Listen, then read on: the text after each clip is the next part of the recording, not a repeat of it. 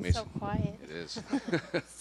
Well, first of all, congratulations on the victory. Thank you. I'm curious, how did the fight play out in there compared to, the game plan that you and your team had put together for Katlyn? I mean, my plan was to go down and finish her in the first round. So obviously, the fight played out a little bit differently than I had in my mind. But I went out there to fight and to win and to finish. And she's a vet. So I went out there and proved that I also am someone who is in the division and pushed past that gate. And I want my rematch. Well, you obviously came out red hot in that first round looking for the finish. At any point in that round were you like, all right, I need to step back for a second and kind of, not blow my load so quickly, and this might turn out to be a 15-minute fight?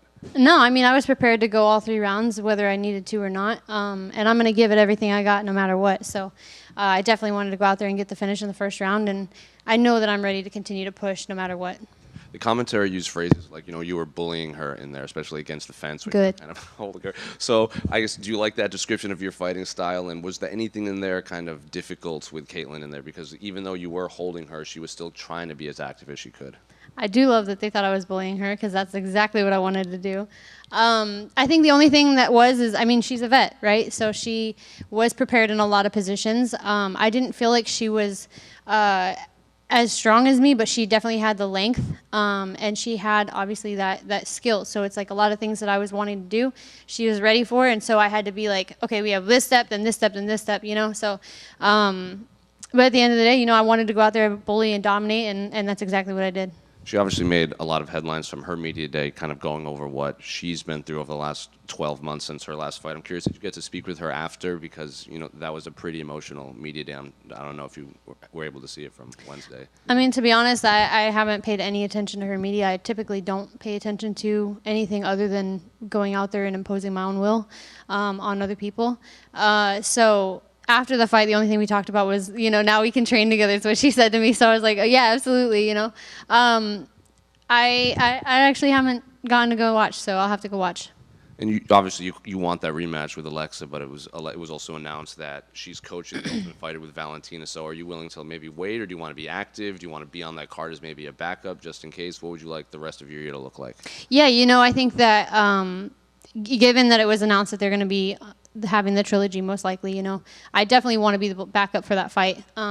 I want my rematch, and I think I'm the perfect person for it. There's a lot of other girls in the division that have, some skill, but they're boring fighters.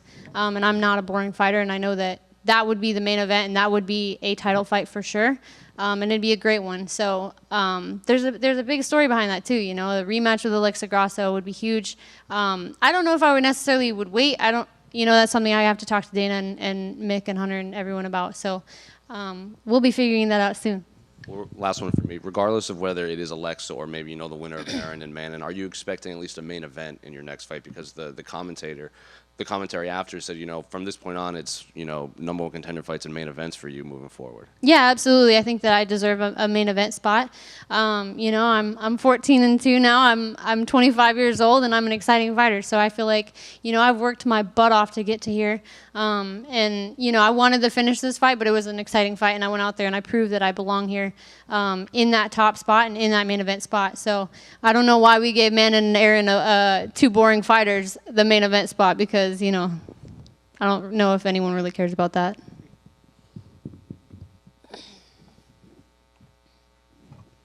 Basically, just a quick one right here. We saw JoJo retire tonight. She actually fought in the first women's flyweight fight in the UFC against Valerie Letourneau back in the day. Just wondering if she's someone that you would watch coming up, and if you had anything to say about that. She is. I've watched her. Obviously being someone who has come up in the sport and also in the flyweight division.